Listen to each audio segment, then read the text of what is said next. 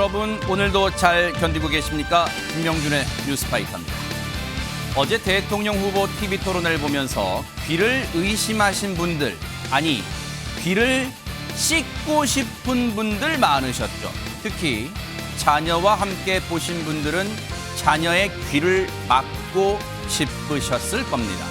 대통령 후보 토론회에 19금자가 붙는 시대가 이준석 후보가 말하는 새로운 시대는 아닐 텐데 왜 그런 발언을 했는지 궁금하네요. 5월 28일 수요일 김명준의 뉴스파이터 60초 후에 달려보도록 하겠습니다.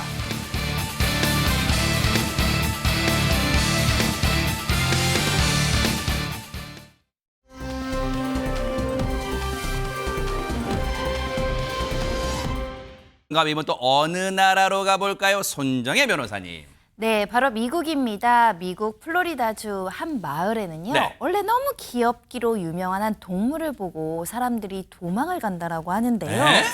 이 반전이 숨어 있기 때문입니다. 같이 영상으로 보시겠습니다. 귀여운데 도망녀네. 까만 오리 한 마리가 막 가는데 한 여성이 계속 도망가시죠. 어머. 같이 놀자고 쫓아가는 게 아닌가 싶지만 어? 이 오리, 이 마을에서는요 공포의 대상이라고 하는데요. 어느 날 갑자기 이 마을에 나타난 이 까만 오리, 사실은 자꾸만 부리로 사람들을 저렇게 쪼아대고 공격하는 바람에 부상을 입는 주민까지 나왔다고 하는데요. 세상에. 그러니까 문 열 때도 조심조심 밖으로 나가기도 두려운 상황이 돼버렸다고 하네요. 어머나 세상에. 아니 최진년 변호사님, 동네 주민분들이 그럴 것 같아요. 오리야 왜 나를 자꾸 따라오리? 막 그럴 것 같아요 지금.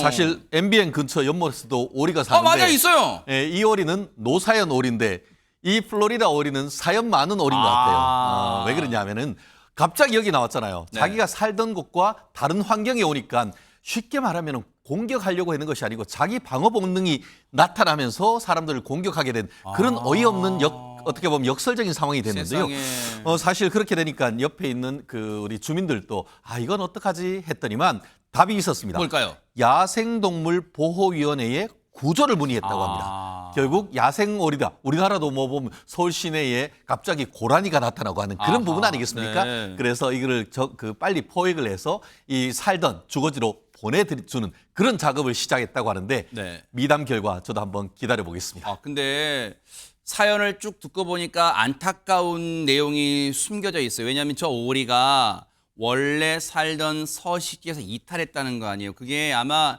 인간이 어떤 촉발한 환경 파괴 때문에 서식지에서 이탈한 거 아닌가 이런 생각해 보면 너무 진짜 가슴이 아프잖아요. 우리가 환경을 보호해야겠다 이런 생각도 해 봅니다.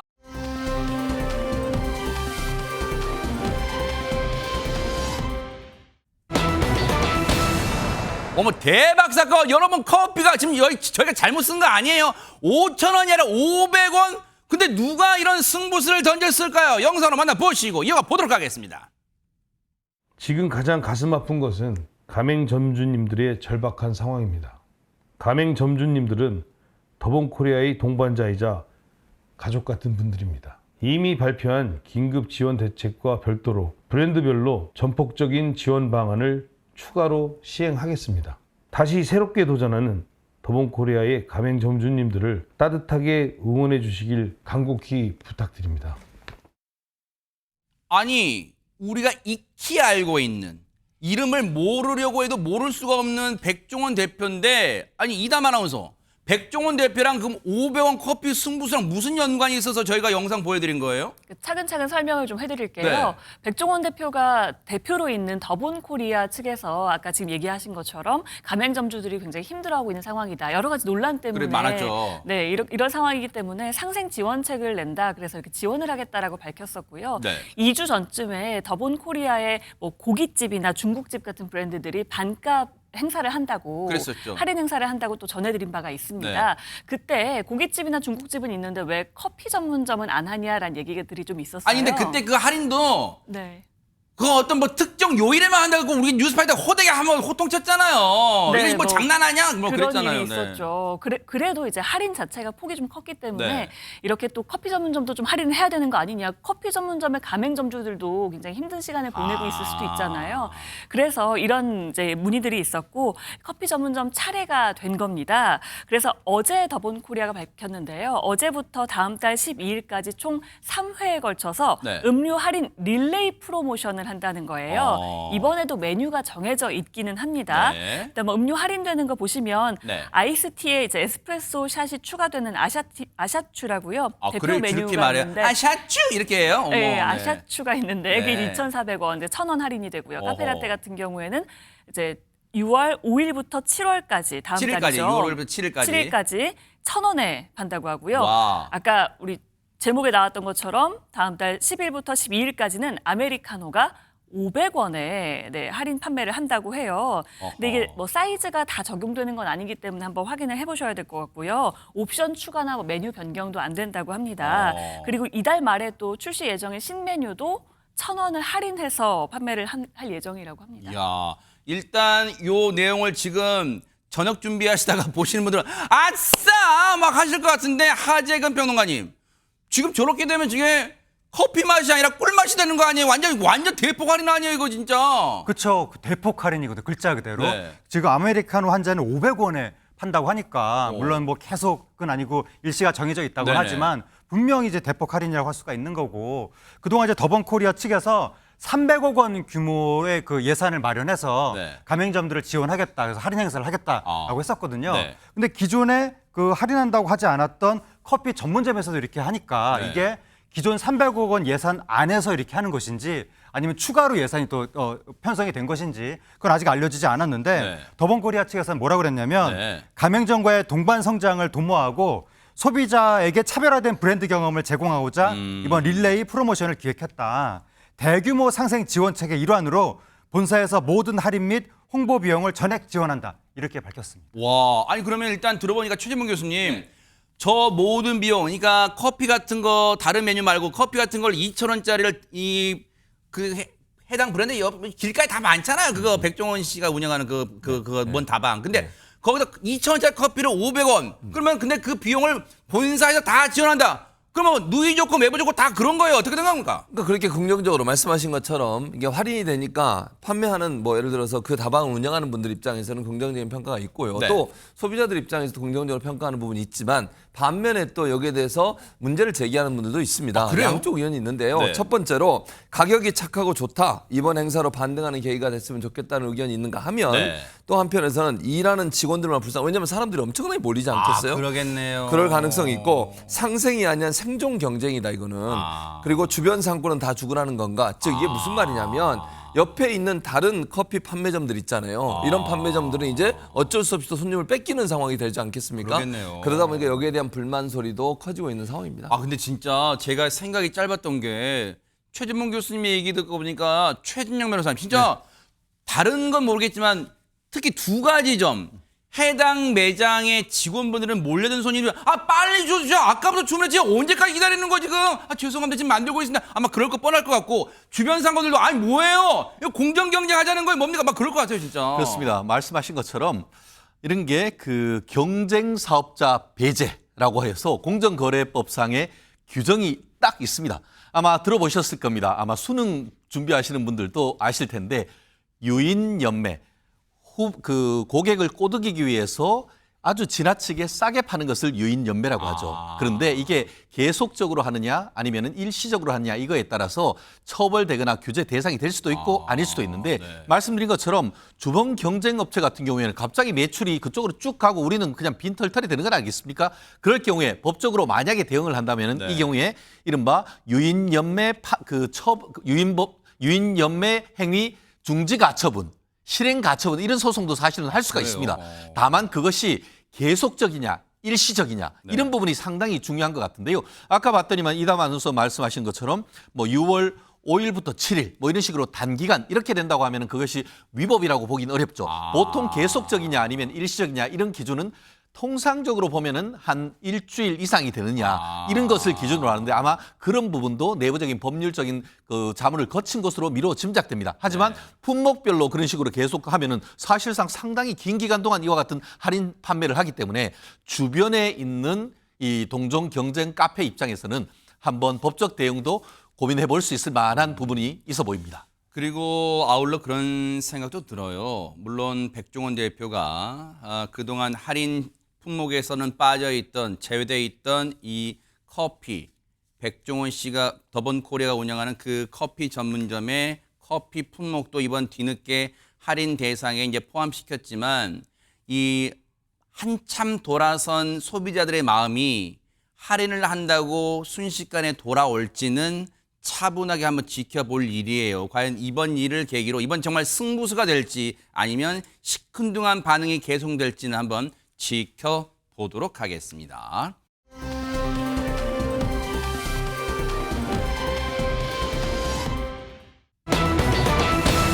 어허, 제목을 보니까 이 담아서 뭔가 나쁜 짓을 하는 순간에 딱 잡은 뭐 그런 느낌이에요. 맞습니다. 지난 4월이었는데요. 서울의 한 골목길입니다. 한적하지도 않은 골목길이에요. 네. 여기서 뭔가 잘못을 저지르다가 결국은 딱 잡힌 사람이 어허. 있었습니다. 무슨 일이었는지 영상으로 함께 보시죠. 네네. 네, 골목길로 차 한 대가 들어옵니다. 볼 일이 있었던 건지 이 차를 잠시 세워두고요. 차 주인인 운전자가 내리는데요. 그런데 이 정차된 차량을 한 여성이 빤히 쳐다봅니다. 차를 보던 이 여성은요. 힐끗거리면서 눈치를 살피더니 갑자기 운전석 문을 열어서 차에 올라탑니다. 그렇게 이 여성은요. 어머. 차를 몰고 그냥 가버렸습니다. 어머머. 이 여성은 훔친 차를 몰고요. 중앙선을 침범하기도 하면서 굉장히 위험하게 도로를 누비기 시작합니다. 세상에, 아니 지금 우리가 지금 CCTV를 보고도 최진봉 교수님 보고도 눈을 의심해. 아니 저게 진짜 레알 진짜 벌어진 상황이야? 저게 가능해? 그런 생각이 듭니다. 지금. 그러니까요. 실제로는 뭐 있을 수 없는 일이죠. 근데 차를 잠깐 세워놓고 일을 보러 들어간 사이에 그 차량을 모 여성이 타고 지금 가버린 거예요. 네. 그러니까 나오니까 차가 없잖아요. 네. 주인 입장에. 그러니까 경찰에 신고를 했고 경찰이 신속하게 출동을 했습니다. 네네. 그리고 수색을 했는데 주변의 수색을 철저히 해서 그 차량을 결국 발견합니다. 아하. 그리고 경찰차로 그 차량의 앞 진로를 막고 경찰차 막은 다음에 운전석 문을 열어서 지금 차를 끌고 갔던 저 여성을 체포하게 됩니다. 그 과정이 있었는데 실제로 놀라운 사실은 뭐냐면요. 뭘까요? 그 경찰이 출동해서 저 차를 찾기까지 걸린 시간이 몇 분 정도 걸린 줄 아십니까? 단 4분 걸렸어요. 4분. 4분 만에 저 차를 잡아낸 겁니다. 네. 그러니까 잡았다 요놈이 거기서 들어간 거예요. 4분 안에 잡았기 때문에 이렇게 빨리 할 수 있었던 것은 첫째는 철저하게 조사하고 수사를 했던 경찰의 노력이고 아하. 또 하나는 이 노력 때문에 2차 피해를 막을 수 있는 기회도 잡게 됐다. 이렇게 말씀드릴 수 있겠습니다. 그리고 모르긴 몰라도 CCTV는 관제 요원들이 다 모니터를 하고 있잖아요. 그러니까 아마 경찰과 공조해서 네, 지금 그 비슷한 차량이 해당 신고된 차량이 어느 골목으로 가고 있어. 아마 그런 공조도 다 원활하게 이루어진 것 같은데 최진영 변호사님. 아, 진짜 궁금해. 저 여성은 무슨 아니 그거 안 걸릴 거라 생각했을까? 그걸 아무리 견물생심해도 그건 유분수죠, 진짜. 절도죄냐 사용 절도죄냐 이것이 문제로다. 이게 무슨 말씀이냐? 네. 지금 그 딱 잡았는데 여성이 무슨 얘기하는지에 따라서 적용되는 법조가 다릅니다. 그래요? 이거 왜 이렇게 운전해 갔어요? 했더니만 제가 잠깐 어디 가는데 앞에까지 운전하고 싶어서 했다. 이러면은 이른바 자동차 어떻게 보면은 동의 없이 했기 때문에 자동차 일시 사용하는 거거든요. 그래서 자동차 사용 절도가 되는데 사용 절도. 예, 그런데 지금 좀 전에 지금 보면은 이걸 훔쳤다고 해서 절도죄로 지금 입건을 한 것 같아요. 그건 뭐냐면은 절도는 뭐예요? 내가 그냥 가서 어떻게 보면 방치해버린다든가 아니 내가 가서 어떻게 보면은 팔아버린다든가 그런 고의가 되게 중요한데 네. 절도죄보다 사용절도죄가 아무래도 조금 처벌 수위가 낮은데요. 맞아요. 첫 번째 어떤 식으로 내가 왜 저걸 가지고 왔느냐라고 하는 것 내가 진짜 완전히 소유자의 의사를 배제하고 내 거 하려고 했다고 네. 하면은 절도죄가 되겠지만 잠깐 어디 가는데 내가 좀 한번 타보고 싶어서 이렇게 되면은 이게 사용절도로서 3년 이하의 징역 또는 500만 원 이하의 벌금일 텐데 네. 이 여성 어떤 식으로 자백했는지 저 또한 궁금합니다. 그러니까요. 어쨌든 견물생심으로 그런 말로도 정말 이거 용서가 안 되는 행동이에요. 정말 처벌 달게 받기 바랍니다. 그런가 하면 뭔가 또 이번에 딱 잡았다 요놈 그런 상황이 벌어졌을까요? 하재근 평론가님. 5월에 어느 날 새벽에 경북 영주시에서 남들이 잠든 시간에 어떤 한 사람이 혼자 깨서 못된 짓을 하는 모습이 딱 걸렸습니다. 세상에. 당시 모습이 포착된 네네. 영상이 있는데 영상 보시겠습니다. 당시 이제 영상을 보시면 네. 캄캄한 밤에 인적이 드문 골목인데 한 남성이 주차된 화물차를 살피는 모습이 보입니다. 딱 봐도 행동이 수상해요, 진짜. 그런데 네. 조금 후에 저 남성이 기름통을 들고 오더니 네. 화물차의 주유구를 열어서 어머? 기름을 빼기 시작합니다. 어머머머. 쪼그려 앉아서 여유롭게 기름을 빼가는 이 남성 어머머머. 정말 수상합니다. 아니 근데 저게 절도를 하는 상황이 아니라 우리 손장님에서 그럴 수 있잖아요. 아, 내가 지금 집이나 다른 데 필요한데 아, 맞아. 내 차에 기름이 있지. 아, 거기서 잠깐 빼야겠다. 이럴 수 있는 상황 아니었어요? 뭡니까 이거? 그랬으면 좋았을 텐데요. 실제로 이 남성은 절도범이 맞았습니다. 어머나, 어머나. 그러니까 남의 차에 있는 기름을 미리 준비한 통에 담는 모습을 보고 계신데요. 일단 이 영상을 지켜보시면 아시겠지만 이 남성 기름통 가져오면서 굉장히 유유자적하게 훔치고 있었는데요. 네. 하지만 사실은 이 남성의 범죄 행각을 보고 있는 눈이 있었습니다. 아하. 바로 CCTV 건너편에 있는 관제센터 요원이 이 장면을 목격하고 있었는데요. 네. 그래서 즉시 112에 신고를 하게 야, 됐고요. 역시네. 등산로 올라가는 길에 누군가가 화물차 기름을 빼고 있다 즉시 신고했고 이 상황을 알렸다라고 합니다. 아, 진짜 그 CCTV 관제 요원분 너무 신속하게 대응을 잘해 주셨는데 아니 근데 걱정되는 게 최진봉 교수님 네. 신고받고 경찰 출발하면 그 경광등 켜고 뾰뾰뾰 막 도망갈 거 아니에요. 저 나쁜 사람이. 그렇죠. 그래서 경찰이 어떻게 했겠어요? 어떻게 했을까요? 껐어요. 에? 경광등과 사이렌을 껐다고요. 어허. 몰래 가야 되잖아요. 그러니까 관제센터에서 보니까 뭔가 훔치고 있다. 근데 이걸 덮쳐야 되잖아요. 현장에서 검거를 해야 되는데 경광등 켜고 소리 내고 가면 다 도망갈 거 아니에요. 역시. 그래서 경찰이 머리를 잘 써서 네. 가면서 조용히 불도 끄고 경광등과 사이렌도 울리지 않고 조용히 접근한 거예요. 아. 그냥 뭔지 오는 줄도 모르고 열심히 기름을 빼고 있었던 거죠. 세상에. 그리고 나서 그 옆에 가서 바로 경찰이 현장에서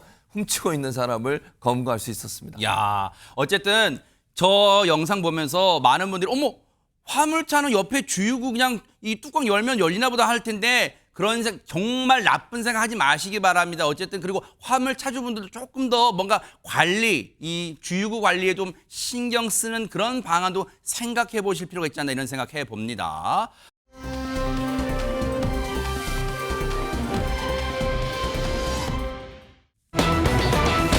야, 진짜 우리가 오랜만에 듣는 그 이름 석자가 나왔습니다. 이담 아나운서 대박 사건. 배우 나한일 씨 이야기를 좀 해보려고 합니다. 네, 방금 자나깨나 아내의 뼈 걱정을 한다고 했잖아요. 이게 무슨 얘기인지 설명을 좀 해드릴게요. 어머나, 안지나서나 당신 생각 뭐 그런 건 네, 있지만. 안지나서나 아내의 뼈 생각을 한다는 어머나 거예요. 세상에. 이게요, 나한일 씨와 또 유혜영 씨 부부는요, 지금 다시 만난 지 이제 1년 정도 된 신혼입니다. 네? 제가 지금 다시 만난 지 1년 된 신혼부부라고 했잖아요. 이게 무슨 어디 여행 갔다 얘기냐면요. 오셨나? 왜 다시 만났지? 네네. 결혼을 하셨었는데 네. 이혼을 했다가 다시 결혼을 했다가 다시 이혼을 했다가 재결합을 한 겁니다. 서로가 서로랑? 네. 어머나! 두 분이요. 이런 인연이 또 있나 싶을 어머나, 정도인데요. 어머나. 그러니까 결혼을 36년 전에 부부의 연을 처음 맺고요. 98년도에 이혼을 했다가 2000년도 재결합, 16년에 두 번째 이혼을 했다가 네. 지난해 재결합을 한 겁니다. 어머나 어머나. 그런데 이런 행복한 부부에게 이제 유일한 고민이 바로 유혜영 씨의 골감소증이라고 합니다. 그런 게 있어요. 40대예요. 유혜영 씨가 골감소증을 진단받았대요. 네. 근데 이게 골다공증 전 단계라서 뼈가 굉장히 좀 약해지는 거래요. 아이고. 그래서 나한일 씨가 지금 부부의 연을 맺은 지는 사실 36년 됐지만 지금 사실 신혼이잖아요. 그러니까 얼마나 걱정이 되시겠어요. 그러니까 오래오래 행복하게 건강하게 살고 싶은데 좀 걱정이 된다는 겁니다. 그래서 나한일 씨 입장에서는 아내가 뼈가 약하니까 아내가 좀 몸을 아꼈으면 좋겠는데 그러니까요. 그렇지 않아서 안절부절한다는 거예요. 근데 유혜영 씨 같은 경우에는 본인도 골감소증인 걸 아니까 조심한다고 하는데 나한일 씨가 너무 잔소리를 한다고 네? 느껴진다는 거죠. 아니 걱정돼서 하는 말인데네. 그러니까요. 그걸 갖고 이제 고민이라고 또 얘기를 하셨습니다. 세상에 유혜영 씨의 모습도 오랜만에 보는데 제가 보세요. 지금 70을 바라보는 나이인데 40대 중후반에 골감소증이 왔으니까 거의 지금 30년, 20년 좋기 지금 넘게 골감소증에 시달리고 있는 거 아니에요. 근데 걱정해주는 남편의 이 목소리가 잔소리처럼 느껴진다? 왜 그럴까요? 영상으로 만나보시고 이어가 보도록 하겠습니다.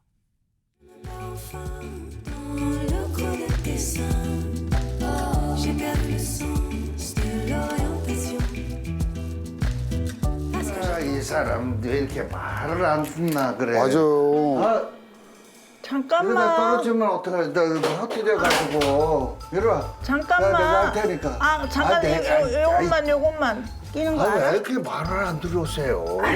어? 하지 마. 그러게. 이거. 동작 아, 그만. 이거 조금 하지 말라니까 그러네. 자리 조금 옮겨야 돼. 들어봐 그쪽에. 아, 그러니까 혼자 하려고 그래 왜 자꾸. 이거. 나도. 동작 그만. 이거 간단하게 내가 하면 되지 이렇게. 됐어, 그만. 햇빛도 좋은데 오늘은 이불이나 말려야겠다. 아니, 하지 말라니까 자꾸. 에이, 어디 갔어? 햇빛이 좋아가지고. 아, 이불 때문에 발 밑에 안 보이는데 그러다가 넘어지면 어떡하려고. 맞아. 그러다가 뼈 부러져. 아니 근데 최진문 교수님, 자, 이런 생각하면 안 되는데 결혼했다가 네. 이혼했다가 네. 재결합했다가 다시 이혼했다가 또 재결합해서 그런지 몰라도 영상으로 본 이 부부의 모습 알콩달콩한데요 지금. 그러니까요. 알콩달콩 하시네요. 네. 어쨌든 무슨 이유에 대해서 모르지만 네. 다시 만나시니까 더 애틋해진 것 같습니다. 네. 근데 나한일 씨가 이렇게 아내의 뼈 걱정을 하는 이유가 있어요. 아, 그래요? 왜냐하면 이게 감소증, 골감소증 네. 그 병 때문에 넘어져서 뼈가 부러지면 이게 치유되는 게 오래 걸려요. 아, 그래요? 그러니까 이제 위험한 상황이 된 거죠. 아이고. 그러니까 그런 일을 만들지 않기 위해서 나한일 씨가 저렇게 동작 그만 아, 그래서 저 의자 위에 올라간 거 위험할 수 있겠네 위험해요. 진짜. 너무 계단도 마찬가지예요. 오. 계단 내려오다가 미끄러지면 어머머, 또 뼈가 아이고, 맞아요. 부러지거든요. 네. 그래서 골절 조심이 온 신경이 가 있는 거예요. 네. 그러다 보니까 나한일 씨가 이제 왜 이렇게 할 수밖에 없었냐면 본인의 경험을 한번 생각해 보세요. 그래요? 본인이 연기할 때 주로 뭐 했어요? 액션 했잖아요. 맞아, 액션 영화 진짜 많이 하죠. 액션 영화를 많이 했기 때문에 네. 사실 뭐 야인시대, 용의 눈물, 영화 두목 와. 이런 데서 그냥 뭐 날라다녔잖아요. 그렇죠, 네. 그리고 해동검도 기억나시죠? 맞아요. 그것도 검도도 나은 씨가- 했잖아요. 네, 어머머머. 검도도 했어요. 그러니까 이 액션이나 운동 여기에는 정말 뭐 이런 표현 도 같은 사람이잖아요. 근데 문제는 뭐냐면 야, 이 모습 보세요. 와, 대박 네. 사건이네요.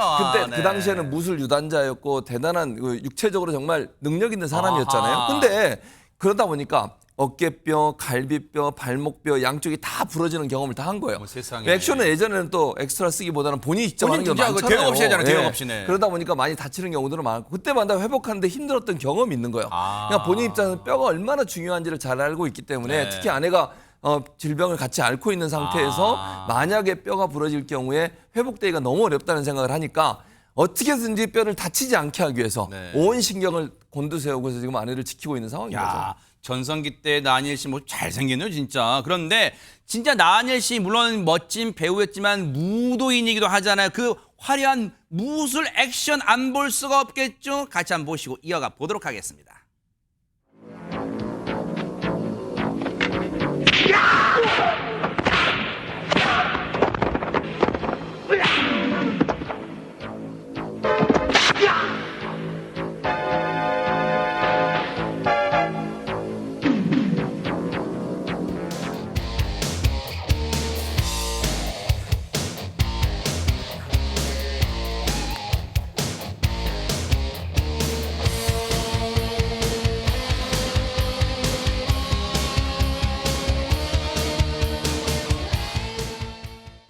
야, 하재근 평론가님, 이 목검을 든 모습은 지금 봐도 카리스마와 또 절도 있는 모습, 와 대박 사건이에요 진짜. 네, 나은일 씨가 단순히 뭐 연기용 액션을 한 것이 아니라 진짜 유단자고 오. 진짜 진검으로 이렇게 막 뭐 집 같은 거 베고 그랬었거든요. 어허. 그러니까 아직까지도 그 실력은 남아 있는 것인데 네. 나은일 씨하고 지금 그 부인이 네. 그 세 번 유혜영 씨하고 결혼을 3번 했다는 게 야. 이게 드라마도 그러니까요. 극본 이런 식으로 써서 사람들한테 욕먹거든요. 말도 안 되는 극본 썼다 막장 드라마라고. 네. 현실에서 그런 일이 벌어진 거예요. 네. 그러니까 나은일 씨가 1989년에 드라마 무풍지대 출연하면서 인기를 많이 끌었거든요. 와, 무풍지대 진짜 오랜만에 그렇습니다. 듣네요, 진짜. 그때 이제 유혜영 씨와 결혼을 했던 겁니다. 아. 그런데 9년 만에 이혼을 한 거예요. 98년에. 어머나. 9년 만에 이혼했는데 그리고 나서 2년 만에 다시 재결합. 아이고. 2000년에 그렇게 금방 재결합할 거 이혼을 왜 하셔가지고 네. 2000년에 재결합했는데 2016년에 나은희 씨가 옥중에 있을 때 옥중 파경을 맞았던 거예요. 그렇게 헤어졌다가 네. 지난해 이제 다시 재결합을 맞이했는데 네. 이거는 드라마보다 더 드라마 같은 스토리다 보니까 네. 많은 사람들이 물어보거든요. 네. 한 사람이랑 3번 결혼하면 어떤 심정입니까? 라고 많이 물어보는데 네. 유혜영 씨가 헤어져 있을 때도 이게 끝이 아니라는 거 느꼈다. 아. 떨어질 수 없는 인연이고 신기하게 생각한다. 라고 했고 나은희 씨는 그걸 뭐라고 하는 줄 아느냐? 천생연분! 맞아요. 이라고 그럴 것 얘기했습니다. 같아요, 진짜로. 그 우여곡절을 겪고도 지금 같이 함께 있다는 것은 정말 천생연분이란 말 말고는 설명될 수 없는데 그러다 보니까 요즘 손 꼭 잡고 함께 하고 있는 게 있대요. 영상 만나보시고 이어가 보도록 하겠습니다. 하나, 둘, 셋, 넷, 다섯, 여섯. 하나, 둘, 셋, 넷, 식스, 세븐, 에잇. 하나, 둘, 셋, 넷, 다섯, 여섯. 처음엔 저 혼자 배웠는데 재밌어서 좀 같이 좀 하자고. 오. 너무 좋지? 너무 좋지. 야, 물이 보기만 해도 시원해. 아이씨.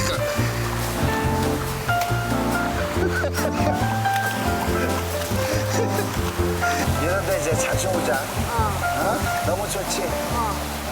알았어. 올라가서 수박 먹자. 아이. 이리 와.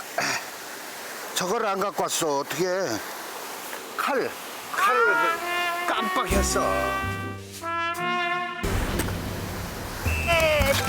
최고. 제.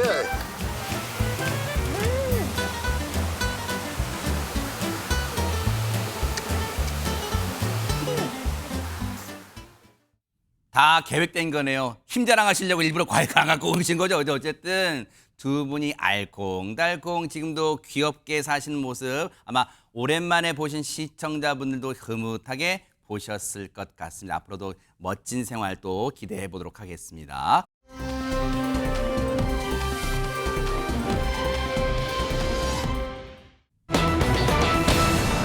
어머나! 우리가 아는 연극다 하는 그 심영래 씨 맞아요? 이담 아나운서? 맞습니다. 바로 그 심영래 씨입니다. 개그의 전설이잖아요. 그 영구 캐릭터로 원조 초통령이기도 했습니다. 초등학생들에게 굉장히 그랬죠. 인기 많았고요. 80년대와 90년대를 거의 뭐 주름 잡았다고 야, 해도 맞아요. 과언이 아닌 맞아요, 개그의 진짜. 전설인데요. 뭐 바보 캐릭터로도 굉장히 인기가 있었지만 저는 특히 심영래 씨의 그 차원이 다른 슬랩스틱 연기 굉장히 진짜 대단했다는 맞아요. 기억이 납니다. 네. 근데 심영래 씨가 최근에 어떻게 지내고 있는지 아마 근황을 좀 궁금해하시는 분들도 계실 저 것 같아요. 코믹 캐롤도 많이 들었잖아요. 코믹 캐롤. 맞습니다. 달릴까 말까. 네. 다 알고 계시죠. 네. 근데 심영래 씨가요 최근에 방송에 나와서 그 근황에 대해서 이야기를 하면서 이혼 후에 한 여성으로부터 한 2년 정도 거의 스토킹에 가까운 집착을 좀 당했다라고 얘기를 해서 좀 화제가 되고 있습니다. 이게 무슨 소리 세상에. 아니 근데 스토킹 피해를 당했다는 것도 깜놀할 상황인데 그 기간이 무려 2년이었대요. 관련 얘기 들어보시고 이어가 보도록 하겠습니다. 절대 잔소리 안 했어요. 그리고 되게 마음이 너그러웠어. 근데 이혼하고 만났던 여자가 잠깐 있었는데 스토커야 스토커. 와, 하루에 문자를 막 400통씩. 400통이요? 새벽마다 문 앞에다가 혼자 사니까 막 음식을 갖다 걸어놔요. 그 음식 내가 못 먹겠어 독 탔을까 봐. 그러니까 집에 들어가는데 거기 걸어놔요. 문고리 걸어놓고 가. 좋아하는 거 좋은 거 아니야? 근데 그것도 뭐 너무 좋아하면 좋아하는 게 아니야.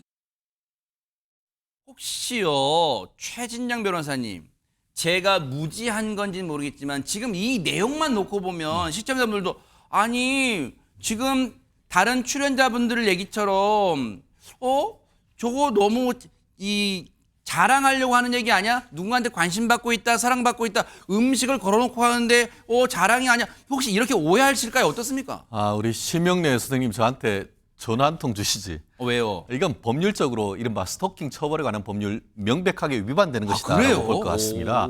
말씀하신 것처럼 지금 하루에 휴대폰 전화를 400통씩이나 하고 문자를, 네. 또 집 앞에다가 와서 뭐 음식 같은 걸 걸어놓는 이것이 지금 처벌되는 스토킹 처벌법에 딱 떨어지는데요. 그래요? 첫 번째 전화나 영상, 문자 이런 것들을 상대방에게 의사와 상관없이 계속 도달하게 하는 행위. 이게 딱 그 400통 전화 아닙니까? 또 하나가 뭐가 있냐면은 상대방의 주거지 등에 물건을 도달하게 하는 행위.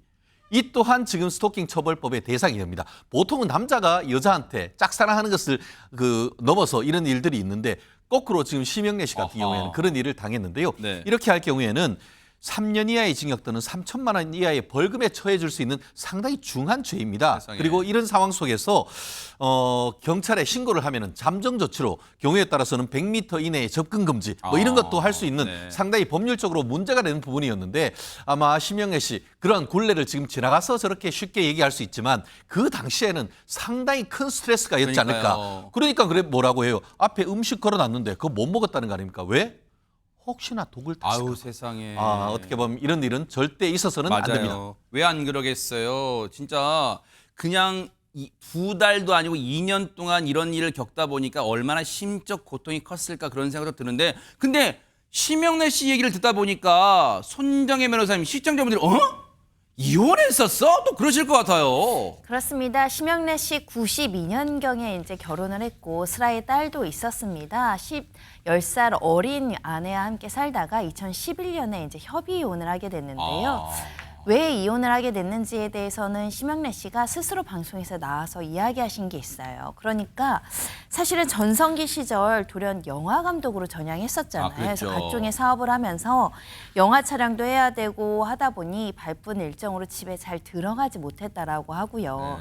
특히 영화 사업을 하면서 이 안타깝게도 거액의 채무가 생겼었거든요. 사업도 이제 그 부도에 용가리 그런 영화 이르게 찍으면서 됐고요. 그랬나 봐요. 네, 거듭된 실패를 하다 보니까 막대한 빚까지 떠맡게 됐고 결국 아내와도 이혼했다라고 하는데요. 아이고. 이혼 이후에는 현재까지 혼자 지내는 상황이라고 하고 네. 또 뭐 방송에서는 이제 결혼 안 한다, 혼자 사는 게 좋다 이렇게 단호하게 재혼 생각이 없다고 밝히기도 했습니다. 세상에. 자신의 과거를 돌아보면 화려함 그 자체일 거 아니에요. 심영래 씨 본인에게는. 근데 지금은 어떻게 살고 있을까요? 영상 좀 보시고 이어가 보도록 하겠습니다. 남편들이 밖으로 왜 나가겠어요? 그렇죠. 저 같은 경우도 맞아. 나갔지만 진짜 돈을 많이 벌어갖고 나는 진짜 CF만 100편을 넘게 찍었어요. 맞아요. 진짜요. 내가 영화만 118편. 근데 저는 이제 뭐냐면 영화 촬영 때문에 난 3개월, 4개월. 돈은 많이 벌었지. 그 영화 말고 맞아요. 내가 바이오 산업에 투자했다 실패한 거 알지? 그러다 보니까 이혼 다 하고 이제 또 이제 밖에 돌고 그러는 거지. 그 당시에 CF 한 편 찍으면은 내가 8천만 원 8천만 원 받으셨어요. 압구정 집이 얼마였어요 그때? 7,800만 원. 그러니까요. 지금 다 어떻게 됐어요 그러면? 압구정 대결체. 그 아픈 가슴을. 그 화려함 뒤에는 지금은 저 얘기처럼 뭔가 씁쓸함이 남은 상황이에요. 경제적으로도. 근데 최진봉 교수님 사실 조금 과장을 좀 더하면 엊그제 태어난 아기 갓난아기 말고는 지금 대한민국에서 심영래 씨 모르는 분 거의 없잖아요. 그렇죠. 심영래 씨의 인기라고 하는 뭐 그건 상상을 초월할 정도였어요. 그때는 뭐 영화, CF, 그다음에 코미디, 뭐 드라마까지 모든 부분에 다 저 정도로 유명했을 정도고 그 당시에는 탑 클래스의 연예인이었죠. 그래서 본인 말로도 뭐라고 그러냐면 국민 바보라고 하는 이 아이템 하나 가지고 전국을 다 휩쓸었다 이렇게 볼 수 있을 것 같고요. 실제 본인도 그랬잖아요. 영화도 100편 이상, CF도 100편 이상 찍었대요. 영구와 땡칠이 뭐 영화 모습이네. 아니, 그러니까 CF를 100편 이상 찍었다고 와, 아까 대박. 하나에 8천만 원이에요. 당시에 8천만 원. 한 편에 CF 근데 한 편에. 100편이에요. 얼마겠습니까? 대박 사건이네. 엄청나게 돈을 벌었다고 볼 수 있을 것 같고요. 심영태 씨가 밝히기로는요. 이덕화 씨 있었잖아요. 네네. 이덕화 씨, 안성기 씨 이런 분들보다 훨씬 돈을 많이 벌었대요. 우리가 생각할 때 그분들도 돈 많이 벌 거라고 생각하는데 그분들보다 돈을 많이 벌었고 조용필 씨, 나훈아 씨보다 돈을 많이 벌었대요. 진짜예요? 뭐 상상이 초월이 안 되잖아요. 그러니까요. 조용필, 나훈아를 이긴다고 하면 이거 보통 사람은 아니거든 일반적으로. 본인이 그러네. 80년대 BTS 본인이 그러네요. 그러니까요. 네네. 그래서 연예인 소득 랭킹 1위를 기록했다고 해요. 아하. 그리고 이 랭킹 1위가 한 번만 한 게 아니에요. 어머나. 4년 동안. 4년 동안? 근데 이게요. 연예인뿐만 아니라 스포츠 스타 뭐 이런 다 합쳐서요? 네. 그다음에 뭐 와. 영화 배우, 가수, 스포츠 스타를 통틀어서 네. 우리나라에서 랭킹 1위를 4년간 대박 했다고 사건이네요. 합니다. 근데 하재근 평론가님 그 말을 뒤집어 보면 소득이 통틀어 모든 분야 통틀어 1등이라면 그야말로 인기 면에서도 남녀노소 다 할 것이 다 사랑받았다는 거 아니에요. 엄청난 인기의 주인공이었고 당시에 특히 심영래 씨가 아동들의 우상이다, 어린이의 우상이다라고 네. 할 정도로 그 초등학생들한테 절대적인 인기를 야, 누렸습니다. 네. 80년대 어린이날에 네. 어린이들 대상으로 설문조사를 했었는데 어허.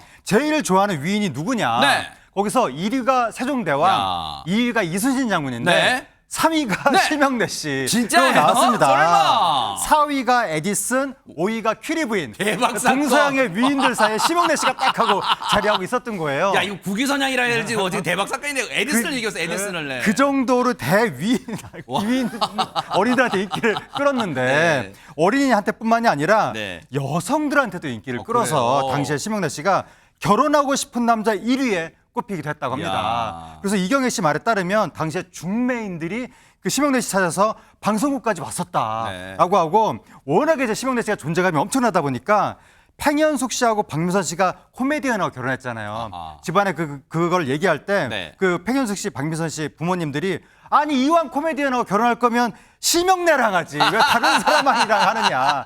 그럴 정도로 모든 사람한테 최고의 신랑감으로 네. 꼽혔었다고 합니다. 정말 한때는 잘 나갔다. 근데 그런 씁쓸함만 가질 게 아니라요. 앞으로도 또 좋은 인연 만나실 수 있을 거라고 생각해요. 또 한번 그런 멋진 모습, 또 행복한 소식 전해주시기를 기대해 보도록 하겠습니다.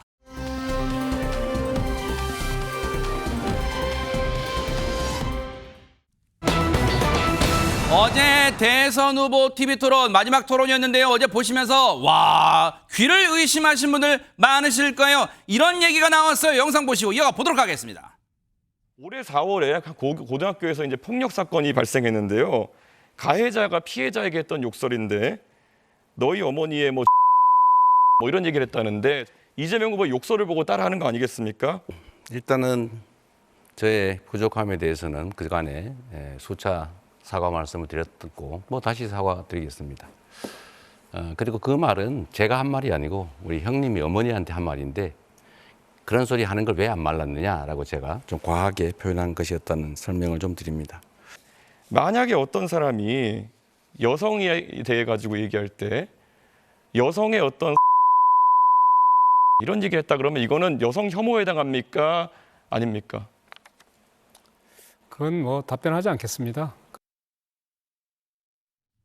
사실 어제 TV 토론 이제 마지막 TV 토론이다 보니까 관심 있게 지켜보신 분들, 특히 또 정치 분야다 보니까 지켜보신 분들 많으실 텐데 저희가 저 발언, 이준석 후보 발언 중에 삐 처리한 부분 어떤 내용이었는지 보신 분들은 지금도 또렷이 기억하실 건데 이담 아나운서 저 때 무슨 얘기를 했길래 저희가 삐 처리해드린 거예요? 그러니까 여성 혐오성 발언이다라고 지금 얘기들이 많이 나오고 있는데요.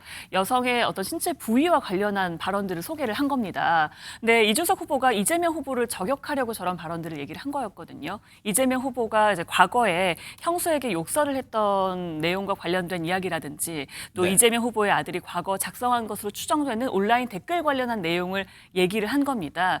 이걸 관련해서 권영국 후보에게 이제 의견을 묻자 권영국 후보가 아까 이제 대답하지 않겠다고 하면서 이건 여성 혐오 발언이다라고 지적을 하기도 했고요. 토론회 후에는 이준석 후보의 사퇴를 촉구하기도 했습니다.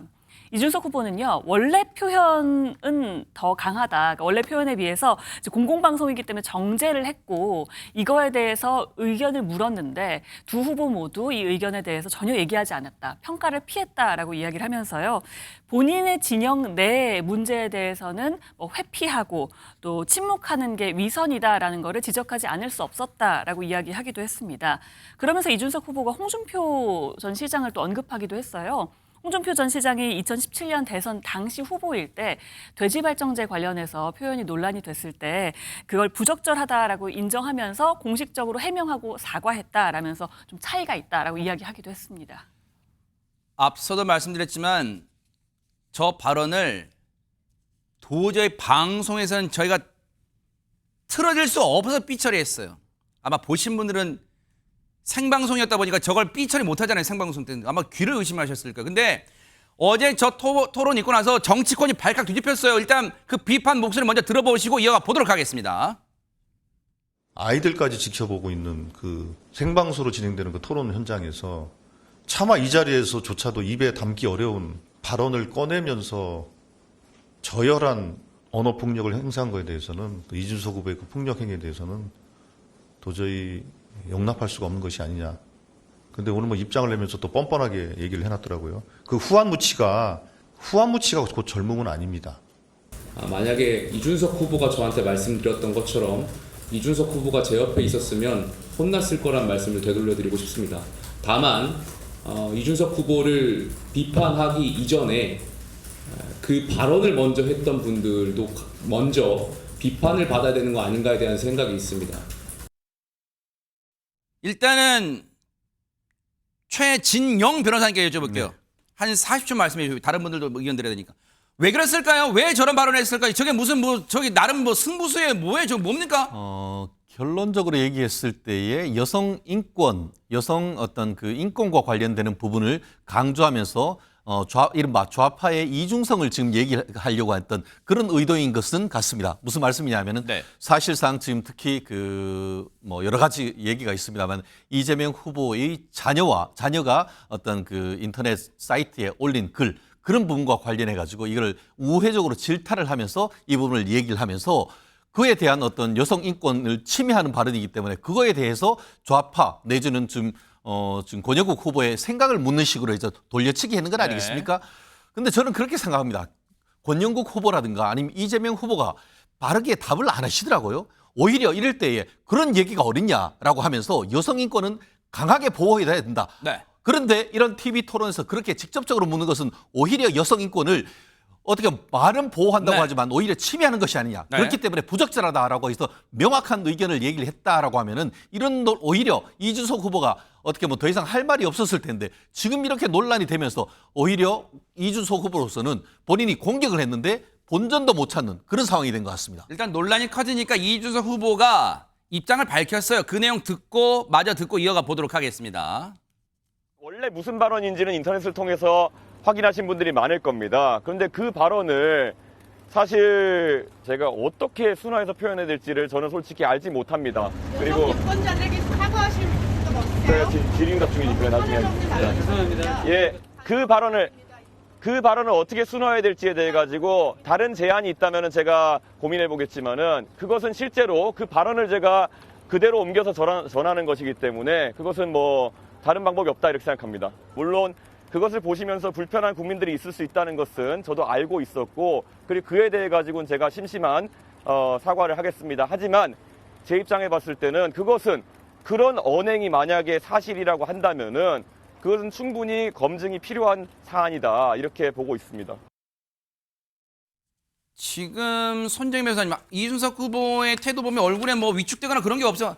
내가 뭐 문제 제기는 하니까 사과는 부적절하다고 하지만 그렇게 반성하는 태도는 아닌 것 같은데 이게 근데 여기서 그칠 사안은 아닌 것 같아요. 지금 더 커지고 있다면서요. 일단은 한 법조인이 이 발언과 관련해서 여성들을 모욕했다. 그리고 허위 사실을 공표함으로 인해서 당선되지 않게 할 목적으로 공직선거법을 위반했다. 국민신문고에 민원을 제기한 상황이고요.